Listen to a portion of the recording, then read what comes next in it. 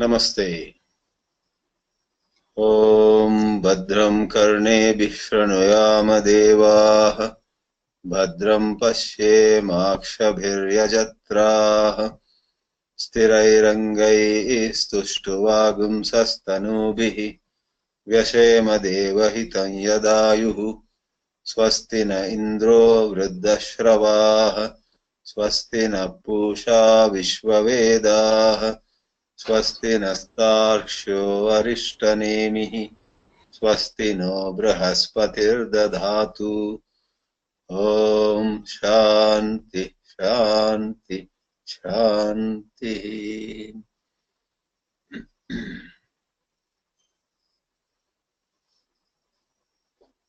All of us have been studying the Vedanta, the teachings of the Upanishads, which take us to great depths of analysis of human life, or to great heights of vision, wherefrom we take a second look at our own life.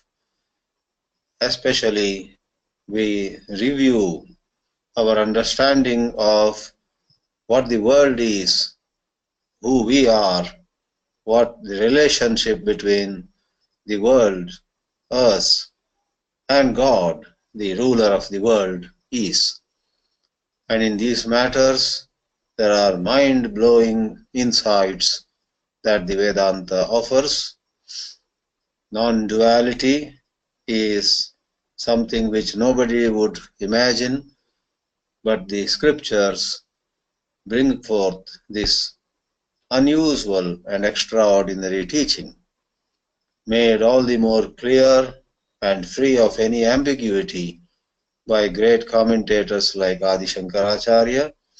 The Advaita is certainly an unbelievable teaching of the Upanishads. It is apurva. We would not have heard of it before. However, this seminar, in the form of an online discussion, therefore called a webinar, is not going to take up one of those lofty pointers of the Upanishads. It's not going to take up, for example, the nature of the pure self or the nature of the ultimate wisdom, or how time and space get transcended in this unique vision, or how the threefold divisions of the knower, the known, and knowing disappear in this recognition of the one all-pervasive truth, so on and so forth. There are a lot of these insights, revelations, or truths conveyed by Upanishads, which are intellectually very stimulating, very challenging. And this webinar is not going to discuss those things. In that sense, the theme of this webinar is almost like return to the first class, first grade, first standard, back to school at primary level. For this seminar is all about the value of truthfulness. Taittiriya Upanishad gets into the depths of Vedanta in the Brahmananda Valli, but before that, in the first Valli called Shikshāvalli, announces, advises, makes an injunction, Satyam Vada. Speak truth, Dharmanchara, live righteously. Don't live in contradictions. Don't live in conflicts. Don't live in a non-virtuous way. When your life is not virtuous, you cannot go further to Brahmananda Valli, it seems to say. It has been positioned very properly. The convocation address in the Taittiriya Upanishad, Veda Manu Chacharyonte Vasina Manushasti Satyam Vada Dharmanchara Swadhyayān ma pramadaha Acharyaya priyam dhanamahritya prajatantum ma vyavachetsi Satyan na pramaditavyam. For the second time in the same convocation address, which has many instructions to students passing or graduating from their Gurukula, says Satya twice, Satyam Vada, and later Satyat na pramaditavyam. Never swerve from the path of truth. It's not just Taittiriya Upanishad. We have the tradition of the Upanishadaha. Isha Kenopanishad, Mundaka, Taittiriya, Prashna, Mandukya, Chāndogya and Brihadaranyaka. All these 10 Upanishads have emphasis on truthfulness. If there is one value on which all of them unanimously in single voice lay emphasis, that is Satyam. In Ishāvāsya, the seeker, you can imagine, with folded hands, says to the Almighty, O Almighty, O Supreme Lord, the face of truth is covered by a gold lid. Hiranmayena patrena satyasya apihitam mukham. And I want to see the truth. Please take away that gold lid. Tattvam pushan apavrunu. And who am I to demand? Who am I to ask for this? What is my eligibility? Satya dharmaya. I am somebody whose conduct has been filled with truth. Tattvam pushan apavrunu satya dharmaya. There is the self-description of the seeker who says he has been or she has been on the path of truth. Nothing else is as much a qualification as being truthful. Go to Kenopanishad. At the end there is the mantra. Tasyai tapodama karmeti pratishtha veda sarvangani satyam ayatanam. Tasyai there stands for Brahma-vidyā, for that highest wisdom which can completely set you free. You have been ignoring it and you have been going after pleasure and wealth and position and power and or settling score with somebody, taking revenge with somebody, wanting to show to somebody who you are, and so on and so forth. It has been going on endlessly and you have not been free. In order that you are free, what you need is Brahma-vidyā. For that Brahma-vidyā, Brahma-vidyāyai, to use a pronoun, tasyai, tapaha, damaha, karma. One has to have concentration, one has to have self-control, one has to have a commitment to certain preparatory actions, rituals. But then, the most important one is where truth is housed. You know the value of a house when there is storm, when there is tornado, when there is terrific rains, when there are expressions of wild, cruel nature, then you know how important it is to have a proper house. When the house is weak, people die. People cannot be saved. Likewise, Brahma-vidyā cannot be saved, cannot be received at all, leave alone maintained, kept in your bosom, unless you have Satya. Satyam ayatanam.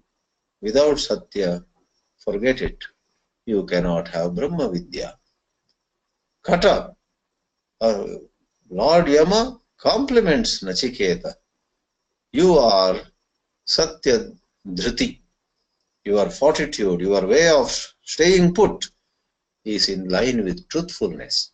Because a lot of people in the world have dhriti. Dhriti means staying put, not leaving the path, not going left or right. But alas, that vast majority in the world are hell-bent on continuing on the path of falsehood, on egoistic way. You are Satyadhriti, Satyadhritir Batasi. There is a line in Kathopanishad. And then go to Mundaka, that is the most famous one, a statement from which has been taken by the emblem of India, and that statement is Satyam eva jayate. Adi Shankara hastens to add, it obviously means Satyavan or Satyavati eva jayate. When we say truth alone wins, what is meant is somebody who is on the path of truth wins. Satyameva jayate, Satyena vitata pantha devayanaha.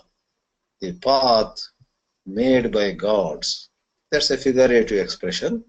The path leading to the highest good is paved with truth. And one or two more. Taittiriya I already quoted. You finally have Chāndogya Upanishad, where Jabālī, the son of a lady called Jabālā, wins the confidence of his guru, the guru he wanted. The guru asks him, what's your gotra? And generally people who come from certain Vedic background, whose parents were already into the Vedas, and in those days the Brahmana Varga was welcome. This boy openly says, Sir, I do not know. I asked my mother what my gotra is, and my mother said she herself doesn't know who my father is. So such a bitter truth, such a socially unacceptable truth, such an unpleasant truth, Satyavan Jabālī, Satyakama Jabālī, as his name goes, just says plainly. And the Guru is immensely pleased.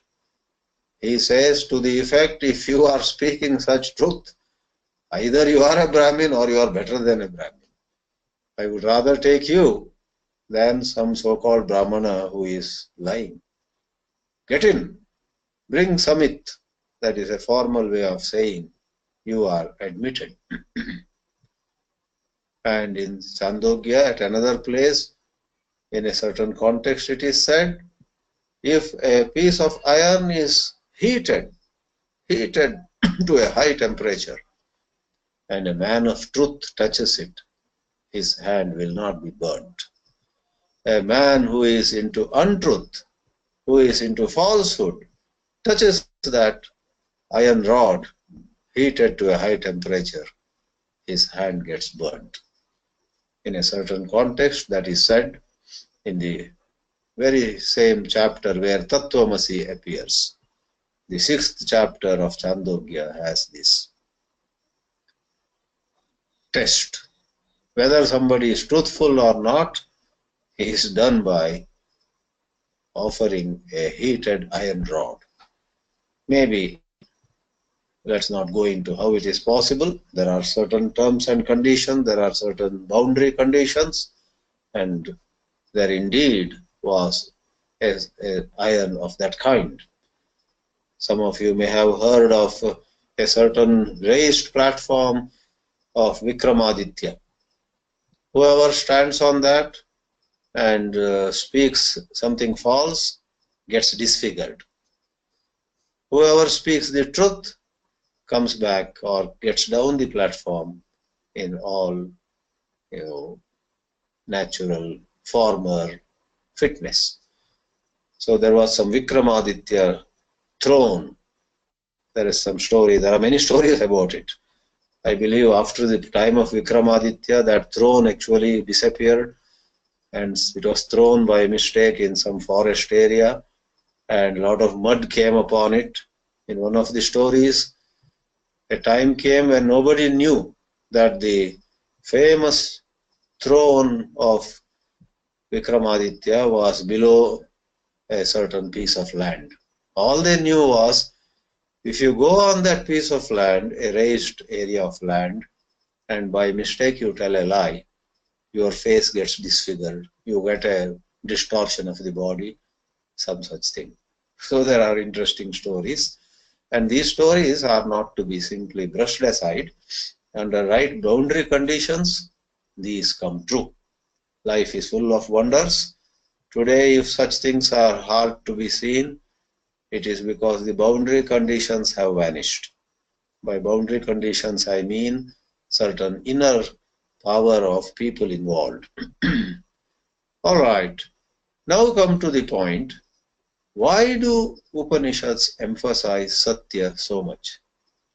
Though at the beginning of my presentation I said we are not going into some high, lofty truth of the Vedanta, and we are indeed not going to it, I should say that there is anyhow a great link between Satya and the Parama Satya. Satya we are discussing in this webinar as a human value. You saw a crow and you go and report that I have a crow. For some small gain, for some selfish end, for some passing pleasure, if you had seen a crow and then you go and report that I saw a beautiful parrot today, oh what green wings it had, what green body and what a beautiful red beak. Suppose you tell a lie. So not to tell a lie like that, to say what you reported and in certain other forms to do what you said, these are forms of truth and it's a human value. Brahma is Satya, Brahma Satyam Jagan Mithya. That realization is on a totally different plane, but I am saying the two have an intimate connection. When one is with truth, then one is bound to be closer and closer. One's antakarana is prepared for the taking off. More one lies, more one is into falsehood, more one's life is in compromises. Alas, however much one may have bookish knowledge, one's antakarana, one's inner equipment, or to use the simplest term, one's mind is simply not set to fly. It's like there is a wonderful bird with strong wings, healthy, very fit, but imagine there is a thread, very thin thread, that has tied the bird to a heavy stone. Though the bird is so well built and has complete good health, because of that being tied to a rock, the bird cannot fly. So will be the case of a scholar who can write, who can speak, who can bamboozle audiences, who can win the hearts of kings and emperors with his knowledge of the Vedas and whatnot. But if in his life, in her life, whoever it is, there is a compromise with truth, he is like that bird, she is like that bird. Why should it be so? How does it matter? A little lie here and a little lie over there. That too probably in some kind of unavoidable circumstances. Maybe you tell a lie and thereby save somebody from some severe punishment. Maybe it's not for your own sake. Maybe you are telling the lie for somebody else's benefit. Then it should be all right, right? We would say no. Look into your own heart. Examine yourself and ask yourself one simple question. Have I tried to be truthful? Have I done the homework? Have I put in necessary effort? Have I seen whatever complex situation I might have been in? Have I seen that situation from several angles of view? Or have I taken what they call in physics, in engineering, the line of least resistance? Generally, people take the line of least resistance. They don't want to take up some hardship on their own. They don't want to work hard. They want to have the cake and eat it too. They want fame, they want name, they want pleasure, they want some kind of advantage here, advantage there. If they are in the good books of kings in olden days and rich people in modern times, if they have some privileges, they are invited in big universities or some famous platforms, they don't want to lose that advantage. They want to be famous, they want to be rich, they want to be invited everywhere, and they want Brahma-vidyā also. But suppose there is a lie, there is a falsehood, there is a compromise with some value. When their conscience pricks them, they say, one of these days, one more award I will receive, one more reward I will collect, once more I will enjoy this benefit or that pleasure. And those who are in their 40s, imagine, once I turn 50, I will be very truthful. Those in 50s, once we cross 60. Those in 60s, once I cross 70, that's it. I am not going to cling to falsehood anymore. And those in 70s, put it at 80s. Man, that is a human being, goes on postponing. That's what they say, I guess, in the Bible also. The spirit is willing, but the flesh is weak. The spirit is willing. Deep inside, all of us want to be truthful. All of us with folded hands say to God in our prayers, Lord, I don't want anything else. I want you. I want to be at your lotus feet. All poetic expressions we say.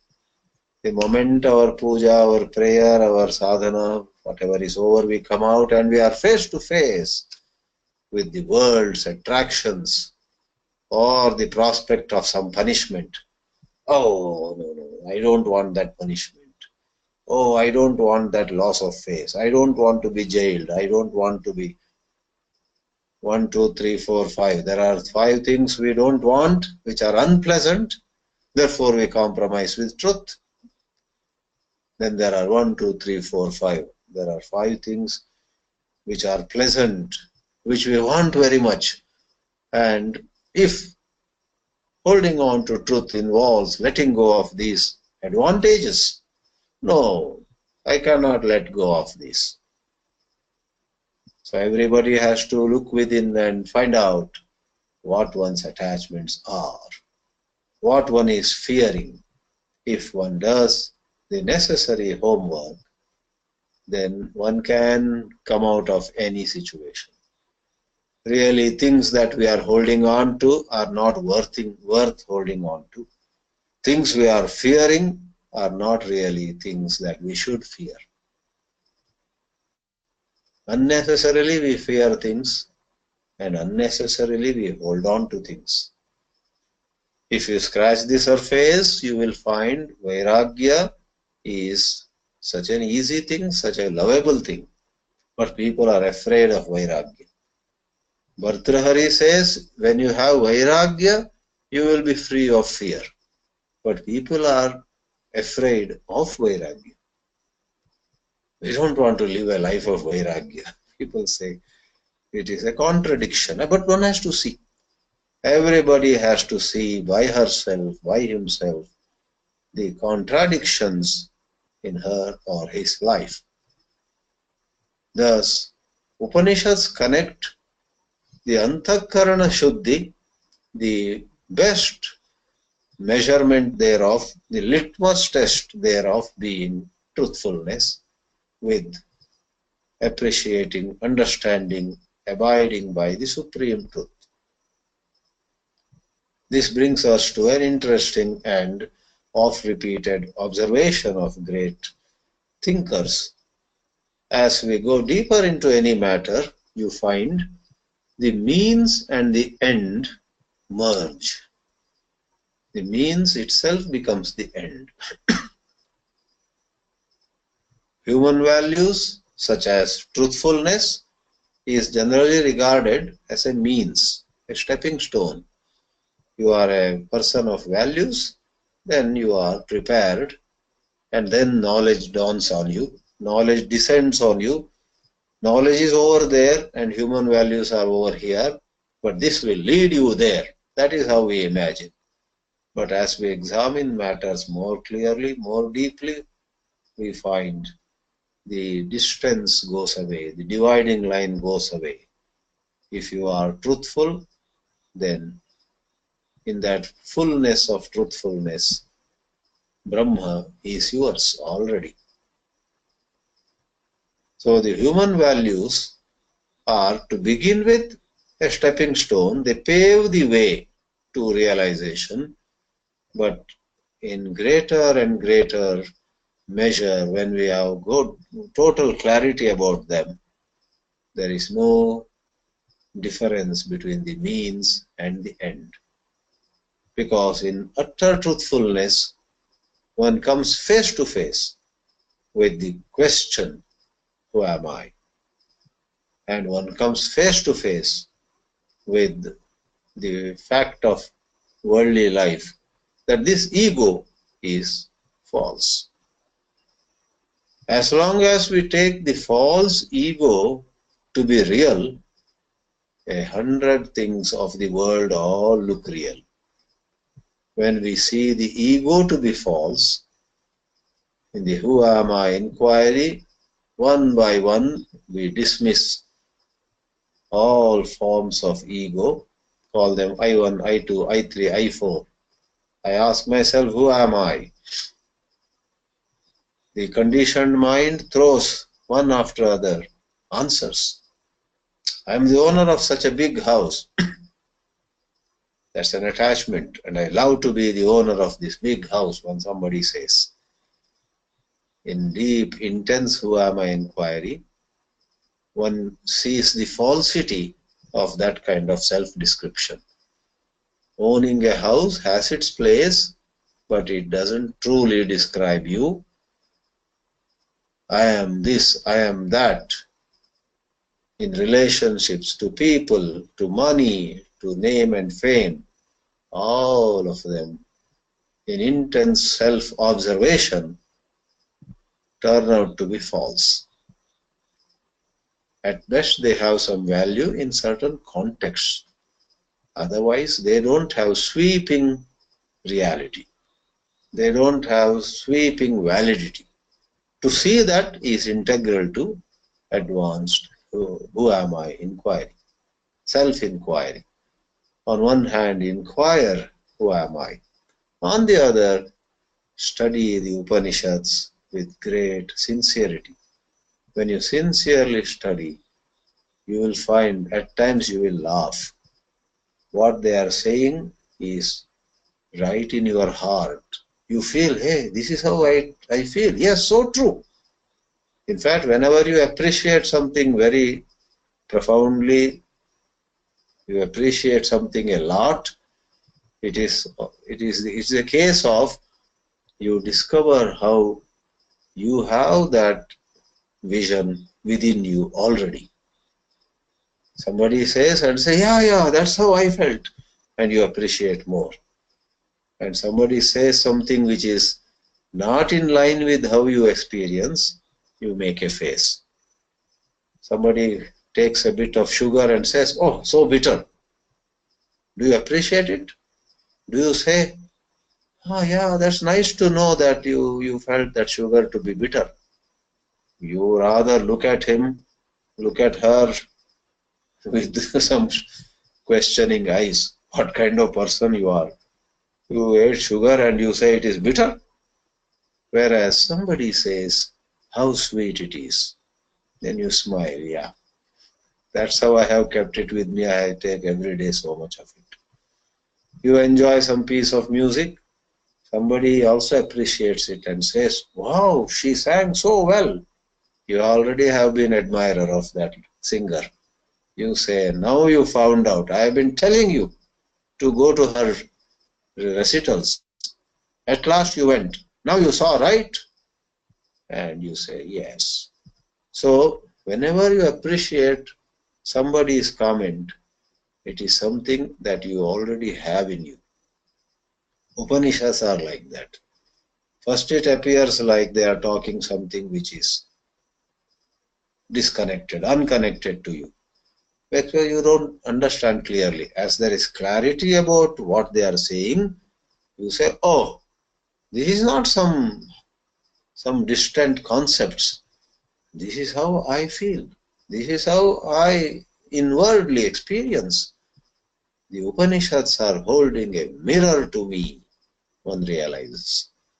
Thus, Satya as a human value and Satya as the truth of this whole existence are one.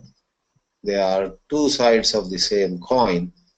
When you have, let us say this and conclude, when you have clear perception of Brahman, the absolute truth, you don't care for anything in a way that you want to tell lie.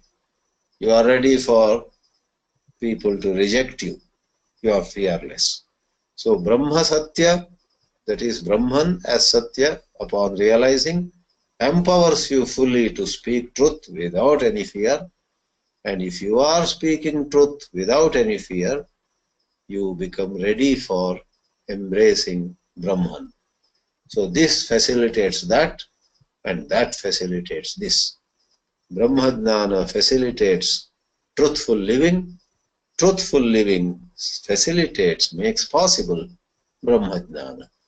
Because of this very intimate connection between especially this value, Satya, and Brahma, which is the unquestionable truth of the entire universe, including us. The Upanishads have gone to great lengths to emphasize Satya. Om Namah Shivaya, Om Namo Narayanaya.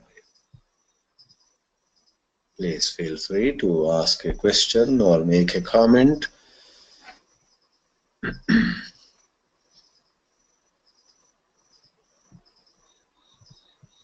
Okay, here are some people. Let me see whether anybody.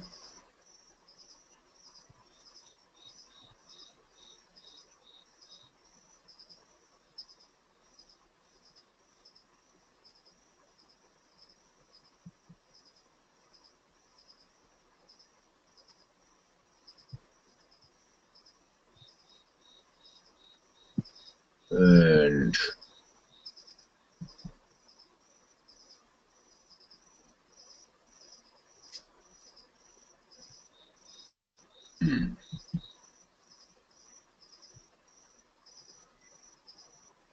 right. So Ranjan Desai will be our first questioner. Yes, Ranjan, go ahead. Hariom Swamiji, good morning.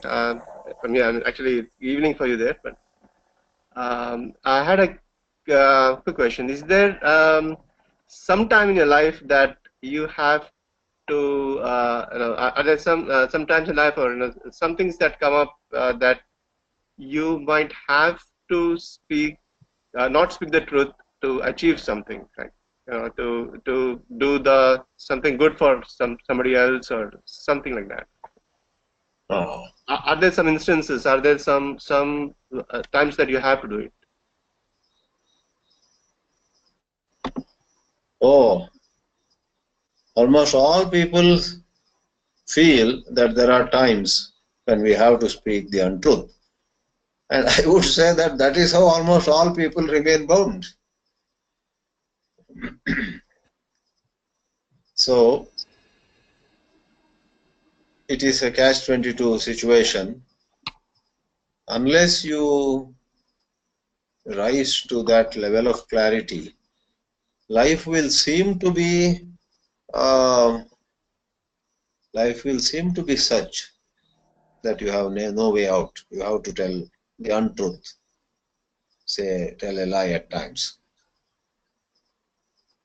Whereas catch-22, because unless you come to the level of speaking the pure truth, you won't know the wisdom. Unless you have the wisdom, you won't have the strength to say the lie, say this truth.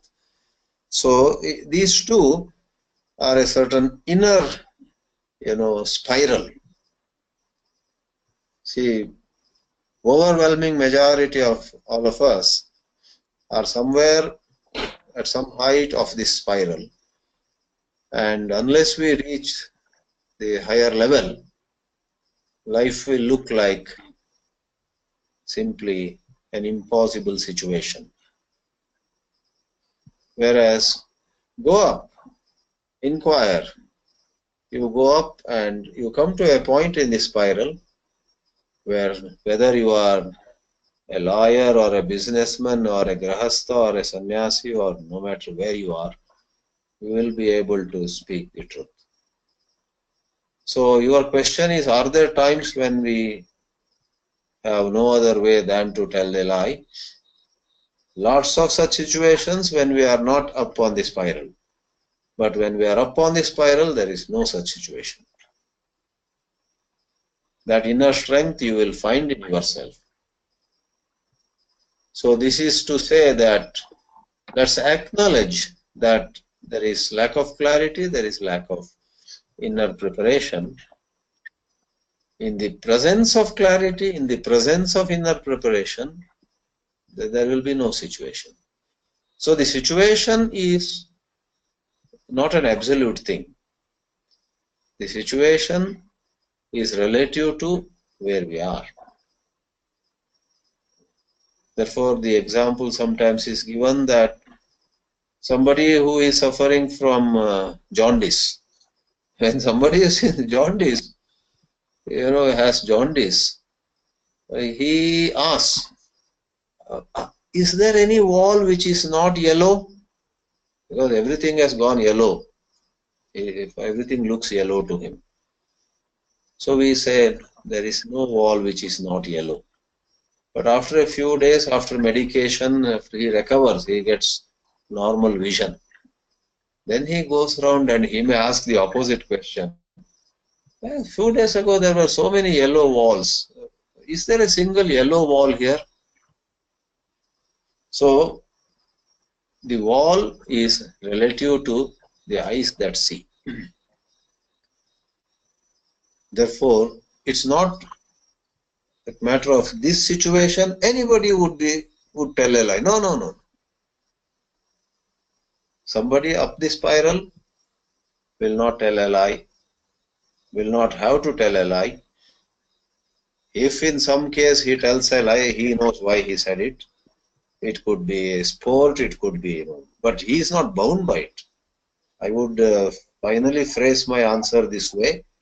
There is no situation under the sun where you really are bound to tell a lie. You may tell a lie, you have because the Jivan Mukta, when one has the clearest wisdom, has a certain degree of freedom. He does what he wants to do, but his heart knows that I didn't tell a lie because I was afraid, I was bound, I had no other way. No, he says I told a lie with keeping in mind something, and I am ready to face the consequences. Whereas the ignorant person tells a lie out of fear, out of some, personal desire, and then when people find out or when something, some punishment comes his way, her way, the person says, no, please don't punish me. So that egoistic approach in the matter of telling a lie or not telling a lie, and then facing the consequence or not facing the consequence, both of them change when one gets enlightened. So in one sentence, there is no such situation which binds one to tell a lie. I just want to.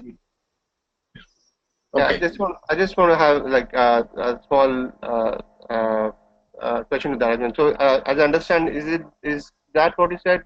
Like you have. I mean, you can tell a lie in situation, but when the situation improves or changes, you can again go back and say that I told a lie.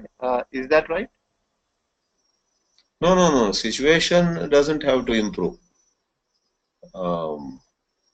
Even if the situation remains as bad as before, the person who has total clarity, is free even while he is handling it in any manner. And later, if things go either way, as he wished and as opposite to what he wished, he faces it. It is not necessary for situation to improve. He has the clarity, and therefore he gets going. It is what is required, therefore, is not improvement of situation. What is required is one being in total alignment with one's own conscience. In the case of the highest knowledge, the conscience also becomes so much better informed rather than going by. See, this is the point. The conscience of a less evolved person, unenlightened person, goes by rule books, do's and don'ts. Whereas as one is illumined, one is able to see life at such depths. So one doesn't go by rule books. See, in some communities one can have 4 wives. In some other community one can have only 1 wife.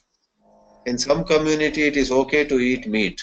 In some other community it is terrible to eat meat. There again, go mamsa or something. These are all the rule books. These are all man-made rules.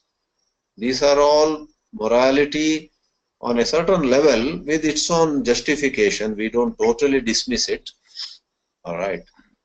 But in enlightenment, someone who is enlightened has certain insight. The enlightened lady or man has certain perception of life in terms of, as you say in science, going by first principles. She is able to look at things going by first principles, whereas we are all highly conditioned. This book said that, or that person said it, Gandhiji said it, or some Harishchandra did it, etc. They have more weight for us because we don't have an original perception. Society is highly bound by lots of rule books. Therefore, we use sometimes the word social morality. With due respect to social morality, we don't want to really brush it aside. The social morality has a lot of limitations. Those who go deep know. But to discourage people from taking law into their own hands, we do endorse social morality. We do respect the law of the land. So this is a dicey situation. Therefore, to answer your question once more, the situation doesn't have to improve at all. The person is, moment to moment, the person goes by his own compass. He doesn't use some borrowed compass. His true north.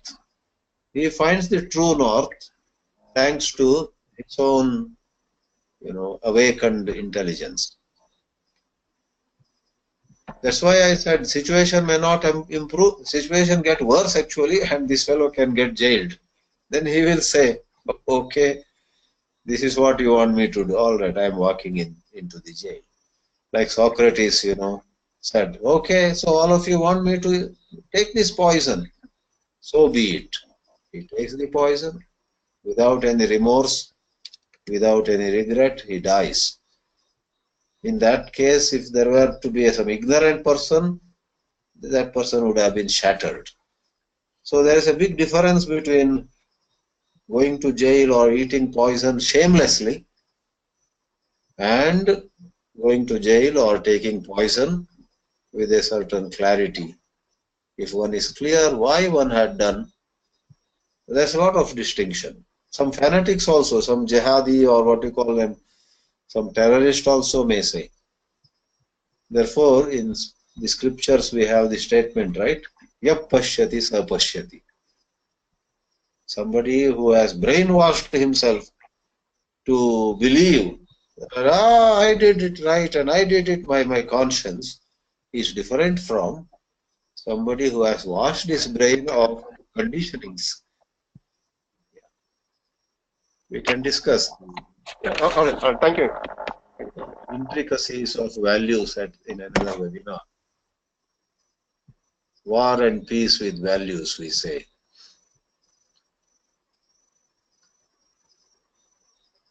I'm looking for a raised hand because the software should show a raised hand. There are 2 question marks, but that's not raised hand.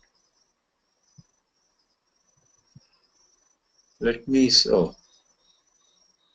go to question panel. Okay, okay. Question mark means right here is a question. I learned something today. When there is a question mark, it means somebody has asked. Okay, so here is a question by Deepa. Does truthfulness help in getting self-realization? Very much so. That is what we have been saying. Let me put it this way. Truthfulness is the name of the exercise. When we try to be truthful in that exercise, our spiritual muscles get stronger. If we say, I don't want to do this exercise, somebody says, I don't want to do yoga or Western exercise, please don't ask me to walk daily, but I want to be very fit. How can that be? Morning walks, yoga, pranayama, dai chi, or one of those. A set of exercises is a time-tested thing for one to get fit. Likewise, does truthfulness help us to get self-realization is the question. Yes, just as right exercise leads us to fitness, this exercise, this is not a physical exercise, but this is a brainy exercise, not just brain, but something in the heart. It requires great sensitivity. To be truthful requires a great blend of both brain, that is IQ, and certain sensitivity, which is EQ, emotional quotient, things like, wondering how the other person might be feeling for others. So to answer the question in simple way, truthfulness actually helps, is the greatest help in self-realization. Then there is a second part, I think, to the question. Truth, I think, has many facets. How do we decide what is truth? For instance, God is formless is the truth. But worshipping different forms of God is advocated as a form of spirituality. So where does truth lie? Yeah, correct. So how do we decide what is truth? Therefore, there is a beautiful expression because of this problem. Be true to yourself. If you believe that for you, worshipping God in some form has been making you a better person, so be true to yourself. Saint Meera, worshipped Krishna. She had an idol. I believe when the idol was slightly broken, somebody wanted to throw it away. She said, "No, don't." Sri Ramakrishna in Dakshineshwar also objected to the management of the temple, who were trying to dispose of one idol which had a slight crack on the hand. So they were all true to themselves. Let world call them foolish, let world call them childish. They said, this is helping me. I know what it is doing to me. I know how it is working on me. They have a certain intuitive grasp of the Nirakara Satya. Sri Ramakrishna, Sant Meera, and many others who worshipped idols, they did not. The mistake would have been if they had thought this idol and idol alone is God, nothing beyond. And that is false. But there the saving grace is, whenever somebody is very honest, very pure-minded, then one sees that the statue alone, the stone alone, the form alone cannot be the truth. But through the form, one is as though having a window to the formless. So there is a science about it, and therefore the ultimate truth in precise language may be nirakara, formless, but there is a less precise language. Just as the ratio between, the diameter and the circumference, which is pi in a circle. Circumference is pi d. So pi, if you take as 3.14 and get going, it's not false. The precise value of pi is a very long number, 3.1415, and goes to more than 1000 digits after the decimal point. Therefore, we should not look down, but you have all the freedom. Because somebody is worshipping form, you don't have to worship form. Be true to yourself. If you find that the form is helping me, I am able to collect myself, I am able to connect to God, then you continue. So this is so in many other matters. Even in food. Yeah. Somebody is vegetarian, let her be. But if somebody has been raised as non-vegetarian, one doesn't have to overnight change. That's not a big issue. It's not as big an issue as is made out to be by certain schools of thought. So that is the thing. Where does truth lie? So one has to, without going very long on it, let me say, one has to go for an understanding that there is a more precise expression and a less precise expression. The sun rises in the east is not false. Even now poets say how beautiful the sunrise is, though the science has proved there is no sunrise. So one has to know the language levels. Does truthfulness help in getting self-realization? Truth, I think, has many facets.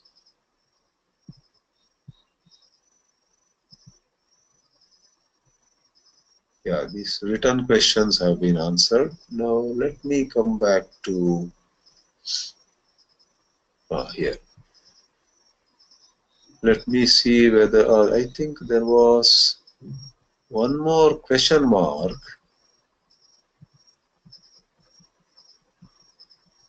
Okay, I will click on that and that will give me.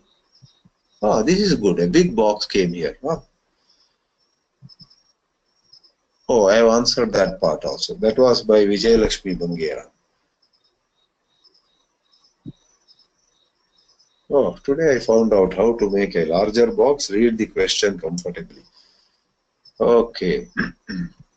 So written questions were 2 and I have answered both of them. Now I come back to, there is no other raised hand. Am I right? Organizers are able to see any raised hand or a written question which I missed? No, Swamiji. Okay. No, So, yeah, wonderful. So let us all reflect on this and do enough of homework. Our major difficulty has been we don't do enough homework. We do a lot of homework for many of our other projects, but in the project called Living Spiritual Life, our homework has been a little, compromised. So let's intensify and do better homework. Satyameva Jayate, Brahma Satyam. Om Shanti Shanti Shanti. Hari Om. Shri Gurubhyo Namaha. Hari Om. Pranam, Swamiji.